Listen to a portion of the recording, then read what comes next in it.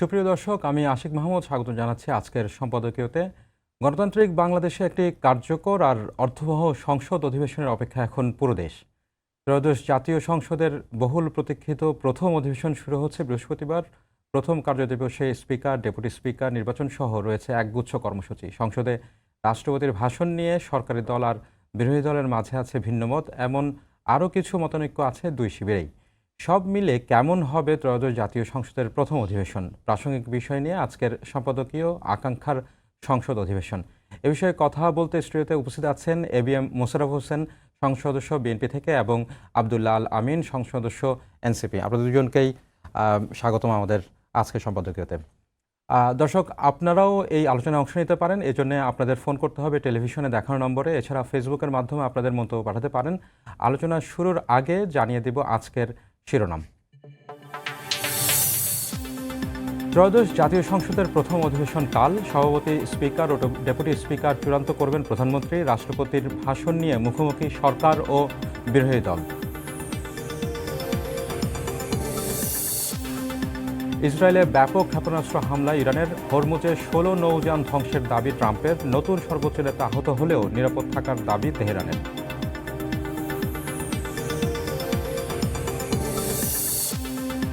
সংঘাতের জেরে তেল নেয়ার হিড়িক। পাম্পে সেনা চান মালিকরা। বাড়তি ডিজেল চেয়ে ভারতকে চিঠি।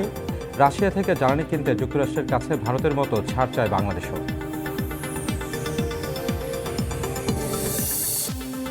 অবশেষে চালু হচ্ছে থার্ড টার্মিনাল। চলতি বছরের শেষ দিকে উদ্বোধন, জানালেন বিমান প্রতিমন্ত্রী। কক্সবাজার সমুদ্র সৈকতকে বিশ্বমানের করতে সহযোগিতার প্রস্তাব চীনের।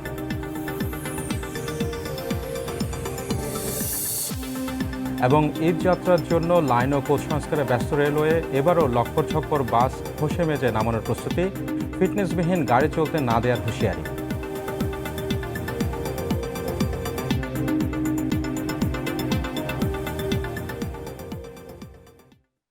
মোশাররফ ভাই, আপনার কাছেই আলোচনা শুরু করি।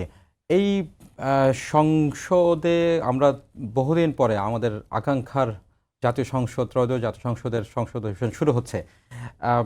সেই সংসদটি সেই সংসদের প্রথম অধিবেশন ঘোষণা এসেছে 12ই মার্চ রাষ্ট্রপতি মোহাম্মদ শাহাবুদ্দিনের পক্ষ থেকে। কিন্তু এই একই প্রশ্ন আমাদের দুজনের কাছেই। কিন্তু সেই একই রাষ্ট্রপতি শাহাবুদ্দিনকে সরকারি দল বিএনপি বলছে তিনি এই অধিবেশন শুরু করবেন তার বক্তব্যের মধ্য দিয়ে। অন্যদিকে বিরোধী পক্ষ, জামাতের নেতৃত্বে জামাত এনসিপির নেতৃত্বে যে জোট, তারা বলছেন যে রাষ্ট্রপতিকে তার কোনো নৈতিকতা নেই এই সংসদে বক্তব্য রাখার জন্য।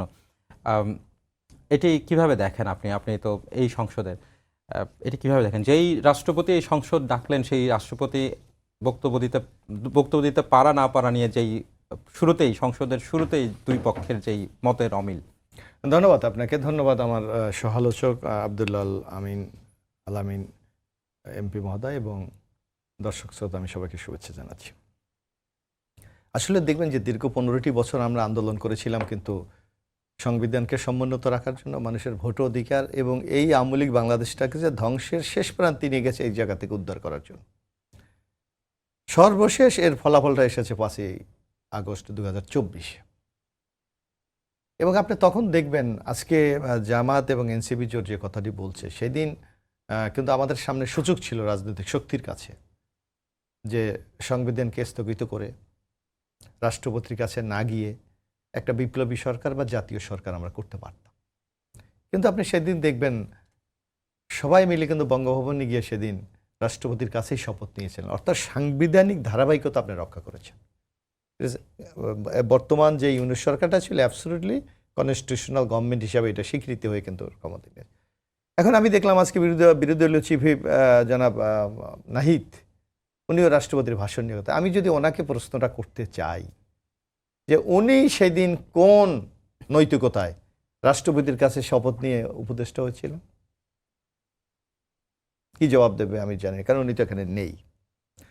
এখন আমরা অ্যাবসলিউটলি বিএনপি আমরা যেটা বিশ্বাস করি যে বর্তমান বাংলাদেশটা চলছে এই বর্তমান সংবিধানের আওতায়। এবং আপনি যে কথাটি বলছেন, সংবিধানের রাষ্ট্রের সর্বোচ্চ ব্যক্তিকে রাষ্ট্রপতি, সে রাষ্ট্রপতি সংসদ অধিবেশন আহ্বান করেছেন। আপনি একটা মানবেন যে রাষ্ট্রপতি তার আহ্বানে সংসদে যাবেন, আমি আহ্বানে সাড়া দিয়ে আমি সংসদে যাচ্ছি, কিন্তু বাস তাকে আমি কথা বলতে দেবো না। এইটা আমি মনে করি সম্পূর্ণ সহৃদয়তা এবং নৈতিকতারও একটা পরিপন্থী, এটা আমার কাছে যেটা মনে হচ্ছে। সুতরাং আমাদের উচিত যে গণতন্ত্রকে সমুন্নত করার জন্য সংসদকে সকল আলোচনার কেন্দ্রবিন্দু। আজকে লক্ষ্য করবেন আমাদের একটা সংসদীয় দলের সভা হয়েছে, সরকারি দলীয়, সেখানে আমাদের সংসদ নেতা মাননীয় প্রধানমন্ত্রী তারেক রহমান স্পষ্ট বলেছে সংসদকে আমরা সকল আলোচনার কেন্দ্রবিন্দু করতে চাই, সকল সমস্যা যেন এখানে সমাধান করতে পারি, যার জন্য আমাদের সকল মাননীয় সংসদ সদস্যের কাছে উনি আহ্বান জানিয়েছেন যে সংসদকে যাতে আমরা কার্যকরী করি। তা আপনি একদিকে গণতান্ত্রিক ব্যবস্থাকে এগিয়ে নিতে চাইবেন, সংসদকে কার্যকরী চাইবেন, অন্যদিকে সংবিধানের যেই বাধ্যবাধকতা সেইটা মানবেন না। কারণ একটা আমাদের কনস্টিটিউশন কি আছে যে যদি কোনো প্রথম অধিবেশন হয়, সে অধিবেশনে মহামান্য রাষ্ট্রপতি তার ভাষণ দেবেন। এইটা হলো প্রথা, এইটা হলো নিয়ম। আপনি সেইটাকে কিভাবে ভায়োলেশন করবেন আই ডোন্ট নো, আমি জানি না। এই একই প্রশ্ন যদি হচ্ছে আব্দুল আমিন আপনাকেও করি, যে যেই রাষ্ট্রপতির আহ্বানে সংসদে যাচ্ছেন, যেই আহ্বানে মিনস 12ই মার্চ তিনি যেই সংসদ অধিবেশনের ঘোষণা দিয়েছেন যে 13ই ফেব্রুয়ারি সংসদ অধিবেশন বসবে, প্রথম সংসদ অধিবেশন বসবে, সেখানে সেই আহ্বানে যেখানে সকল সংসদ সদস্য উপস্থিত হচ্ছেন, সেখানে তাকেই বক্তব্য দেওয়া না দেওয়া নিয়ে যেই দ্বিমত, এটাই মানে এটা কি খুব জরুরি? মানে এখনো তো যে সংবিধান রয়েছে সেই সংবিধান বলবৎ, মানে সংকটটা কোথায়, মানে আপনাদের যুক্তিটা কোথায়? ধন্যবাদ আশিক ভাই, সাথে ধন্যবাদ আমাদের এবিএম মোশাররফ ভাই, এই সাথে আমাদের দর্শক শ্রোতাবৃন্দ। আমাদের বক্তব্য খুব স্পষ্ট, আমরা স্পষ্ট করেছি বক্তব্য যে রাষ্ট্রপতির আহ্বানে যে সংসদ অধিবেশন এটা একটা ফর্মালিটিস আমরা বলতেছি, কিন্তু জনগণের আকাঙ্ক্ষা কি? জনগণের আকাঙ্ক্ষা জনগণ 24-এ দেখাই দিছে। সংবিধানের মধ্যে গণ অভ্যুত্থান ছিল না। ভাই বললেন ইন্টারিম গভর্নমেন্টের কথা, ওটাও কিন্তু সংবিধানের মধ্যে ছিল না। সেটা তো সংবিধানের আলোকেই হচ্ছে যে একটাই সুপ্রিম কোর্ট থেকে 106 এর আওতায় 106 এর আওতায় নেওয়া হয়েছে।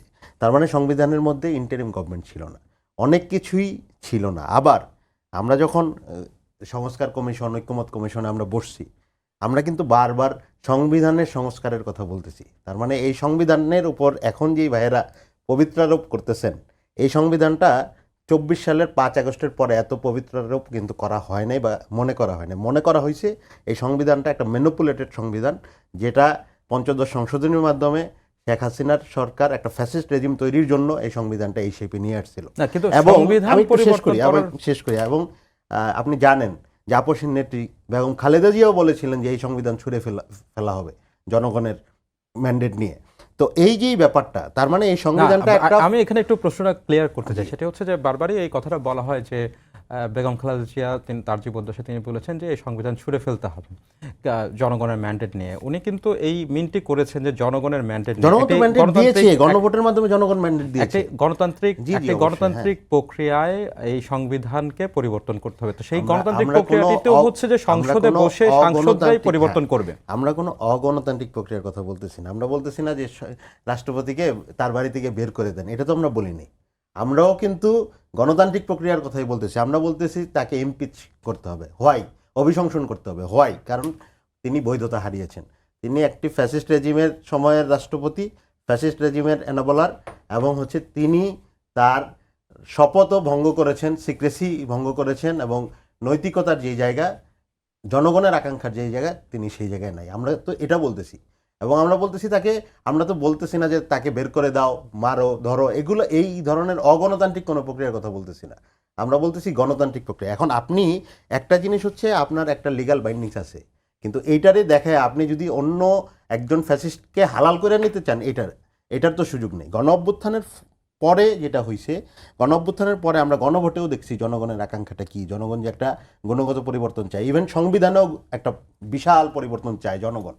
তো এই যে জনগণ এটা চায়, তার মানে সংবিধানের উপর এত, ওই ফ্যাসিস্ট সংবিধানের উপর এত পবিত্রতা, কিন্তু একই জনগণ তো আবার এই জাতীয় নির্বাচনে সংখ্যাগরিষ্ঠ ভোট দিয়ে বিএনপির উপরেও আস্থা রেখেছে। হ্যাঁ, বিএনপি আমরা- তো আমরা- সেই প্রক্রিয়াটি মানে জনগণের যে আকাঙ্ক্ষা, সেই আকাঙ্ক্ষা গণতান্ত্রিক পরিবেশে আপনি কিভাবে প্রকাশ করবেন, সেটি তার সাংসদদের মাধ্যমে প্রকাশ করবেন। জি তো সাংসদ যেহেতু আমরা তো মনে করি, সংখ্যাগরিষ্ঠ আমরা বিএনপি, মনে করি যে সংখ্যাগরিষ্ঠ দল বিএনপি জনগণের আকাঙ্ক্ষাকে সঠিকভাবে ধারণ করেনি বলেই এই যুক্তিটা আমাদের দিতে হচ্ছে। হয় কারণ যেদিন আমরা শপথ গ্রহণ করলাম, জুলাই সনদ আপনি বাস্তবায়ন আদেশ যখন হইল, জুলাই সনদে আপনি স্বাক্ষরকারী দল, আপনার ওইখানে স্পষ্ট করে লেখা যে একই সাথে দুইটা শপথ হবে। আপনি একটা শপথ নিলেন, সংবিধান সংস্কারের শপথ নিলেন না। তখনই আমাদের কাছে মনে হইল যে আসলে বিএনপি সংস্কারের বা যেই মানুষের পরিবর্তনের আকাঙ্ক্ষা, যেই কারণে মানুষ গণভোট দিলেন, তো বিএনপি এটাকে ধারণ করে কিনা। ইভেন আমার কালকে আপনি দেখবেন যে আমাদের সংসদে গ্যালারিতে থাকবেন হচ্ছে নারায়ণগঞ্জের 2 চোখ হারানো আহত মাহবুব ভাই। তো ওই মাহবুব ভাই আমাকে বলতেছিলেন যে ভাই বিএনপি তো এই আকাঙ্ক্ষাটা ধারণ করলো না, গণভোটের আকাঙ্ক্ষাটা। তো এই যে ব্যাপারটা আমি কিন্তু অন ইয়ারে ওপেন মানে বললাম। কি অর্থে হ্যাঁ, কি আকাঙ্ক্ষা অর্থে? ধারণ কারণ করলো? হচ্ছে ওই যে প্রথম দিনই মনে হচ্ছে যে একটা জিনিস ঐকমত্য কমিশনে মাসের পর মাস আলাপ হইল, সনদ হইল, সংস্কার আদেশ হইল, গণভোট হইল এটা নিয়ে। এরপরে গণভোটের পরে গিয়ে 2টা শপথ একসাথে নেওয়ার কথা। একটা হচ্ছে সংসদ সদস্য হিসেবে, আর একটা হচ্ছে সংস্কার পরিষদের সদস্য হিসেবে। কিন্তু বিএনপি একটা নিল, আরেকটা নিল না। সেটার স্পষ্ট ব্যাখ্যা কিন্তু বিএনপির স্থায়ী কমিটির সদস্য এবং বর্তমান স্বরাষ্ট্রমন্ত্রী জি। সালাউদ্দিন আহমেদ তিনি দিয়েছেন। যেই অভিযোগ করছিলেন আব্দুল্লাহ আল আমিন, বিএনপি আরেকটি শপথ নিল না, আপনার কাছ থেকে যদি সেটা একটু আরেকবার ব্যাখ্যাটা শুনি। আপনি এই কনস্টিটিউশনের আওতায় ইলেকশন হয়েছে। কনস্টিটিউশনের আপনি যেখানে শপথের অধ্যায় যদি যান, সেখানে স্পষ্ট একটা শপথের কথা বলা আছে। এখন আপনাকে এখানে আমি একটু বলি, কনস্টিটিউশনে তো গণভোট নাই। আমি কেন তো আমি স্বাভাবিকভাবে গণভোট কিভাবে বাস্তবায়ন হবে ওটা কিভাবে তো এই আমি একটু বলি আলামিন, তাহলে হবে। জি। এবং আমি একটু বলি যে আপনি দেখেন এখানে একটা শুভঙ্করের ফাঁকি আছে। আপনি দেখেন যখন ঐক্যমত কমিশনে আলোচনা হয়, তখন 30টি বিষয় কিন্তু সর্বসম্মতি করে ঐক্যমত হয়েছে। জি। বাকি বিষয়গুলি বিএনপি নোট অফ ডিসেন্ট দিয়েছে। কিছু বিষয় বিএনপি নোট অফ ডিসেন্ট আছে, কিছু অন্যান্য দলেরও নোট অফ আচ্ছা, এনসিপিরও নোট অফ ডিসেন্ট আছে, অনেকগুলি জি। আছে। আপনি দেখবেন যখন সর্বপ্রথম এই ঐক্যমত কমিশনের রিপোর্টটা ওরা প্রকাশ করে, তখন কিন্তু করেছিল নোট অফ ডিসেন্ট সহ, উইথ নোট অফ ডিসেন্ট। হ্যাঁ, আপনার মনে আছে? জি। কিন্তু যখন এটা স্বাক্ষরের জন্য পাঠায়, তখন নোট অফ ডিসেন্টকে তারা অ্যাভয়েড করেছে। তখনও একটি স্বাক্ষর হয়েছিল সংসদ ভবনে। যখন অধ্যাদেশ জারি করে প্রকাশ করা হয়, তখন সেটি নোট অফ ডিসেন্ট ছাড়া প্রকাশ করে। ওই দিনে আপনার মনে আছে, পরের দিনে বিএনপি কিন্তু প্রকাশ্যে সাংবাদিক সম্মেলন করে বলেছে ঐক্যমত কমিশন আমাদের সাথে প্রতারণা করেছে। সুতরাং আমরা স্পষ্ট বলি, যেখানে নোট অফ ডিসেন্ট আছে, আগামী নির্বাচনে আমরা আমাদের যে নির্বাচনে ম্যানিফেস্টো থাকবে সেখানে এই বিষয়গুলি আমরা উল্লেখ করব। জনগণ যদি আমাদের পক্ষে ম্যান্ডেট দেয় তাহলে আমরা বাস্তবায়ন করব, আর জনগণ যদি না দেয় আমরা করব না। আজকে জনগণ 2/3 মেজরিটি বিএনপিকে দিয়েছে, তাহলে বিএনপি কি বাউন্ড টু অ্যামেন্ডমেন্ট দ্য ঐক্যমত কমিশনের সব কিছু? নো। কারণ জনগণ আমাদেরকে রাষ্ট্র পরিচালনা করে দিয়েছে। রাষ্ট্র স্থিতিশীলতা, রাষ্ট্রের গণতান্ত্রিক প্রক্রিয়ার সামগ্রিক একটা শৃঙ্খলা রক্ষা করার দায়িত্ব কিন্তু বিএনপির।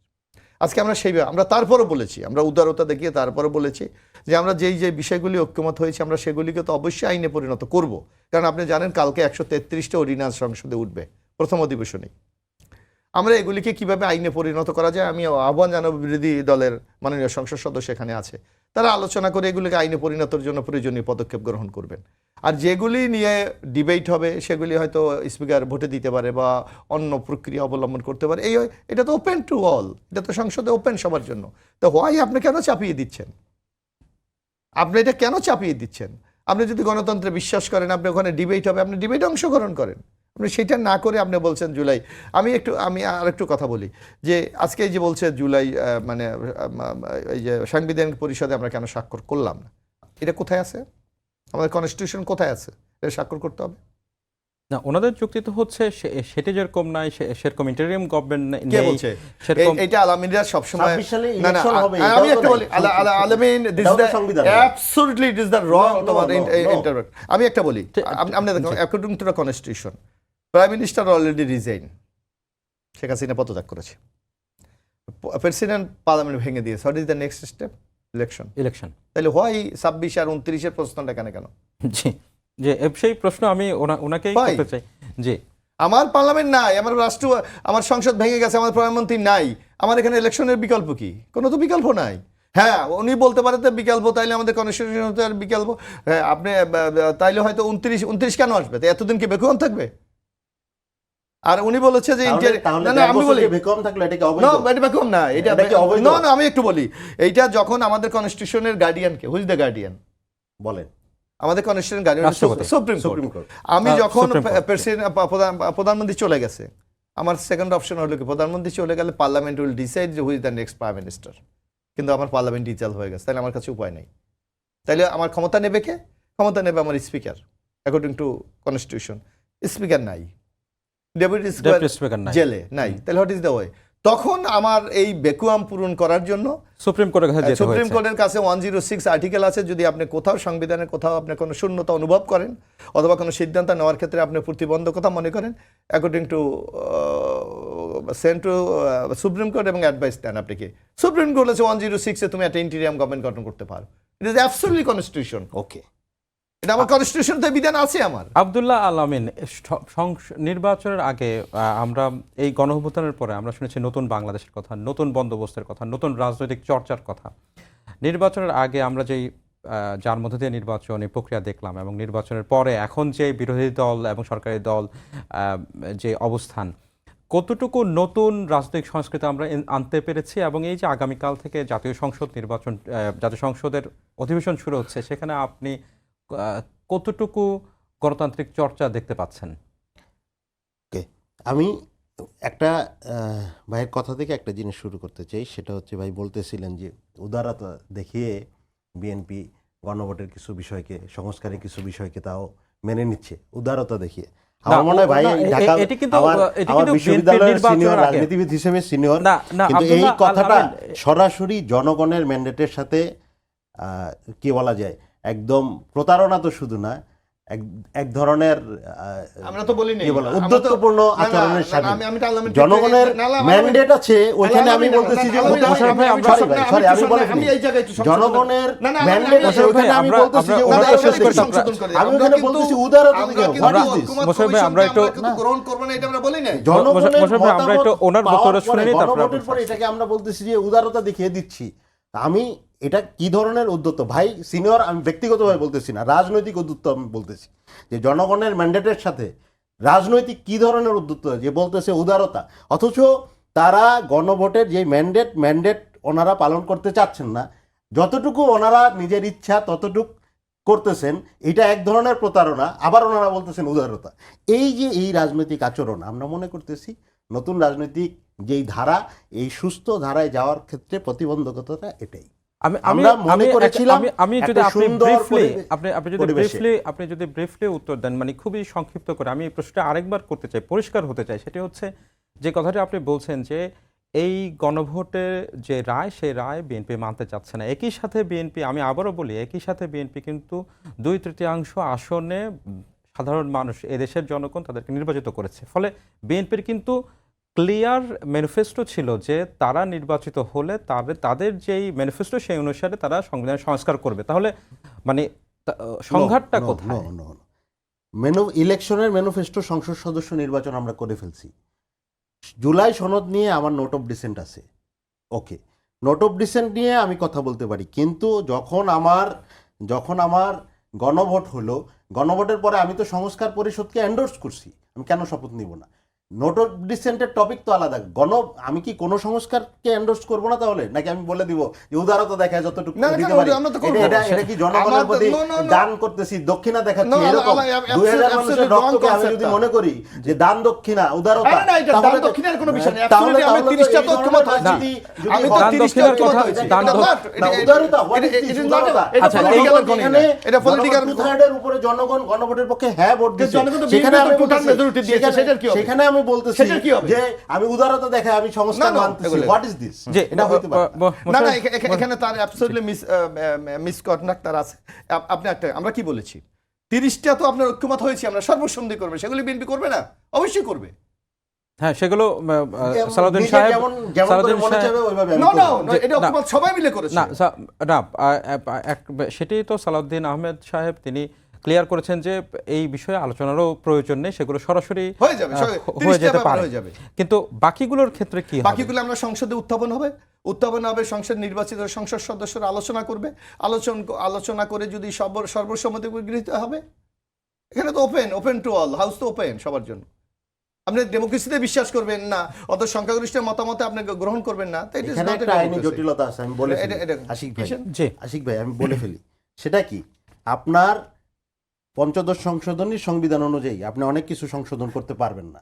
ওই ক্ষেত্রে আপনি সংশোধনের ক্ষেত্রে আপনি সুযোগ নিলেন যে ঐকমত্য কমিশন, জুলাই সনদ, এগুলো দিয়ে আমি এগুলো দিয়ে সংশোধন করব, এই জায়গার সুযোগটা আপনি ঠিকই নিলেন। আবার যখন প্রসেস হিসেবে আপনারা বলা হইলো যে সংবিধান সংস্কার পরিষদ আপনি করবেন, ওইটা আবার আপনি মানতে রাজি না। মানে আপনি তাল গাছটা আপনার রাখবেন, যুক্তি নিয়ে আপনি ঘুরবেন।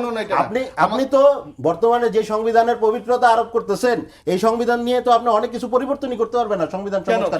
না পারবেন না, আমার টু থার্ড মেজরিটি আছে, না টু থার্ড মেজরিটি থাকলে ভাই আপনি সংবিধানটা দেখেন, আপনি টু থার্ড মেজরিটি থাকলে আপনি সব সংবিধানের সবকিছু পরিবর্তন করতে পারেন না। এটা হাসিনা বলছে মানে এই সংবিধানে আছে, হাসিনা বলে না এই সংবিধানে আছে, এটা হাসিনা বলছে নাকি সংবিধানে আছে? হাসিনা বলছে নাকি সংবিধানে আছে? আমাকে বলেন বর্তমান সংবিধানে কি এটা আছে নাকি নাই? বর্তমান সংবিধানে তো অবশ্যই আছে। বসাবেকে একটু উত্তর দিতে দেন। হ্যাঁ, বর্তমান সংবিধানে আছে নাকি নাই? আমি বলিনি, আমি বলেন। এবার এই সংবিধানে কি আছে? 7 আর্টিকেল 7 জনগণ সকল ক্ষমতার উৎস। তারা আর্টিকেল 7 1 2 3 4 এভাবে সংযুক্ত করছে, একরকম করেছে। এই সংবিধানের কিছু অংশ অপরিবর্তনীয়, কিন্তু এটা কোনো গণতান্ত্রিক পদ্ধতি? জনগণ আজকে যে জিনিসটা আছে কালকে তো তার পরিবর্তন হতে পারে, তার ডিজায়ার হতে পারে। সুতরাং এইটা সংবিধানে যে অন্তর্ভুক্ত করেছে এইটাই তো অগণতান্ত্রিক, সেটা আমরা চেঞ্জ করবো না। তার মানে এই সংবিধান, তার মানে এই সংবিধানের মধ্যে এই যে প্রথম ভাই শুরু করলো সংবিধান সমুন্নত করার কথা, তার মানে ভাই কিন্তু এখন এসে বলতেছে এই সংবিধান সমুন্নতর কথা বলেননি, তিনি বলেছেন যে সমুন্নত, তার মানে এটা না বুঝে শুধু একটা দিকে কথা বলতেছে। আরে শোনা, তার 17 বার সংশোধন হলো, একটা ফ্যাসিস্ট কাঠামো তৈরি হয়েছে, যে সংবিধানটা সংস্কার করা প্রয়োজন। এখানে তুমি একটা জায়গায় ভাই, তুমি সব জায়গায় আছো। আমার সংবিধান কতবার চেঞ্জ হয়েছে, সংস্কার হয়েছে? 18 বার হয়েছে, 19 বার হয়েছে। হ্যাঁ, তা কেন? হ্যাঁ না প্রয়োজন হয়েছে আমার, অবশ্যই প্রয়োজন হয়েছে। আবার আগামীতে যদি আমার প্রয়োজন হয় আরো হবে। এখন আশিক ভাই, আমি আমার বক্তব্যটা বলি। আপনি বর্তমান সংবিধানের ফ্রেমওয়ার্ক ধরে বলতেছেন না যে এই সংবিধানে কোথায় আছে জুলাই সনদ বাস্তবায়ন, এই সংবিধানে কোথায় আছে হচ্ছে আপনার সংস্কার পরিষদের কাঠামো, তাহলে এই সংবিধানেই তো এটা নাই। 2/3 মেজরিটি থাকলেও আপনি অনেক কিছু পরিবর্তন করতে পারবেন না, যেমন মূলনীতি। তাহলে আপনি কেমনে বলতেছেন যে এই সংবিধান, আপনি একদিক দিয়ে বলতেছেন এই সংবিধান সমুন্নত করার কথা, এই সংবিধানে কোথায় আছে হচ্ছে সংস্কার বাস্তবায়ন পরিষদ, কোথায় আছে আমি শপথ নিব, আবার আপনি কিন্তু ঠিকই আবার সংস্কারের বেলা আপনি কিন্তু মাইনা নিতেছেন যে না এই সংবিধানে থাকুক বা না থাকুক আমার করতে হবে না। কিন্তু সেই ক্ষেত্রে কিন্তু সেই ক্ষেত্রে কিন্তু বিএনপি বলেছে যে সংসদে আলোচনার পরিপ্রেক্ষিতে যদি এমন কোনো বিষয় আসে যেটি পরিমার্জন করার জন্য হচ্ছে সাংসদদেরকে এই মানে এই সংবিধান সংস্কার পরিষদের শপথ নিতে হবে, তাহলে সেটিও বিএনপি করবে। সেটি কিন্তু বিএনপি বলেছে, ক্লিয়ারলি বলেছে। আমি অন্য একটা আলোচনা যেতে চাই, সেটি হচ্ছে যে বিরোধী দলীয় নেতা শফিকুর রহমান তিনি বলেছেন জুলাই সনদে আছে যে একজন ডেপুটি স্পিকার বিরোধী দল থেকে হবেন, আমরা খণ্ডিতভাবে এটা চাচ্ছি না, আমরা চাই প্যাকেজ। এর মাধ্যমে আসলে তিনি কি বোঝাতে চেয়েছেন? এই প্যাকেজটি বলতে তিনি কি বোঝাতে চেয়েছেন ওটা তিনি বলবেন না। আপনারা তো জামাতের নেতৃত্বে সেই বিরোধী দলে, বিরোধী দলের 11 দলীয় জোটের যেই বক্তব্য, আমাদের যে বক্তব্য, আমরা বলেছি যে এখানে তো ওই যে আপনি এই যে বিরোধী দল থেকে ডেপুটি স্পিকারের প্রশ্নটা আসছে কোথায়? ওই সংস্কারের মাধ্যমে। না এটা ওই সংস্কারের মাধ্যমে। 31 দফা তো সংবিধানে নাই। ডেপুটি স্পিকার একটি সাংবিধানিক পদ, এটা তো আপনার ম্যানিফেস্টো দেওয়া হবে না, এটা অবশ্যই আমি যদি না দেই তাহলে আপনি ম্যানিফেস্টো দিয়ে এটা দিতে পারবেন না, আপনি সংবিধান সংস্কার করে দিতে হবে। সংবিধান সংস্কার করে আমি যদি ডেপুটি স্পিকার না দেই আমার দল থেকে, আমি অন্য দল থেকে ইনভাইট করতে পারি না, সংবিধান অনুযায়ী পারেন না, সংবিধান অনুযায়ী পারেন না। আমার মনে হয় এখানে একটু ভুল ইনফরমেশন আছে। যদি সরকারি দল তারা ডেপুটি স্পিকার অন্য দল থেকে নিয়োগ করতে চান চাই, পারবেন, পারবেন, হ্যাঁ, ওটা পারবেন, পারবেন, ওটা পারবেন, আমরা তো হ্যাঁ, তাই ওটা চাচ্ছি। পারবেন। এবং এটি Okay, বিএনপির 31 দফার মধ্যে ছিল।